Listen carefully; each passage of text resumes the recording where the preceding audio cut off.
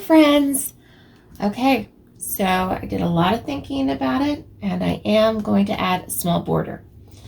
Now, this is the binding, so I had to keep that in mind as well. And initially, the binding was just going to be on the edges, and that was fine, except for I'm thinking of doing a machine pieced a machine sewn binding, which would be on top, because I'm going to use this as a table topper, and with dust and spills and just general life, it is liable to get dirty faster than something just hanging on the wall. So I would want to wash it a lot, and it's just sturdier if you do the machine binding. So, but when I do that, the binding comes over a little bit more than just the 1/4 inch. And so it would be possible that I would be chopping off some of these geese like that. And that just sounds like animal cruelty. So we're not going to do that. Okay. I love this fabric. So I was thinking about having that be a skinny little border. But when I looked at it, my other favorite fabric actually worked a lot better. So it'll be something along those lines. And this fabric also frames this blue really nicely. So I'm going to make a border that's going to be approximately this same width. It's actually going to be just a tad bit wider to accommodate bringing this around the front. So, yay! Now that the decision's made, let's get cutting.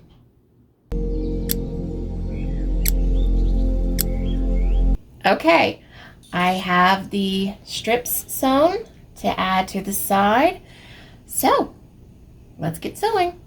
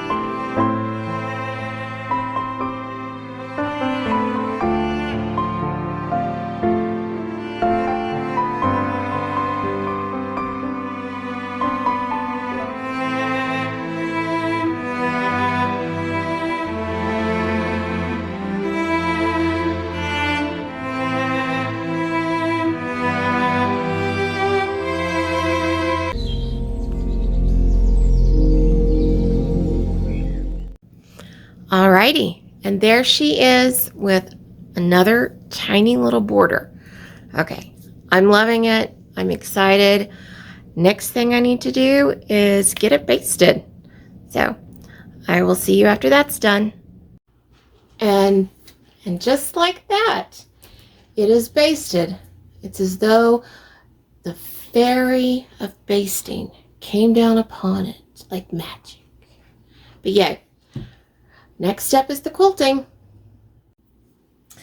Hey friends, we are back for another day. I spent some more time last night thinking about how I want to quilt this.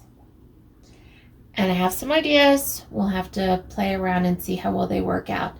But I think on these swirly fabrics here, I want to do something a little structured. And then on these very geometric sections right here, I think I want to do something a little swirly. So we'll just have to kind of play and see how it goes. But I want to focus on this part today, and I'm going to be using a marker and some chalk. So wish me luck. Here we go.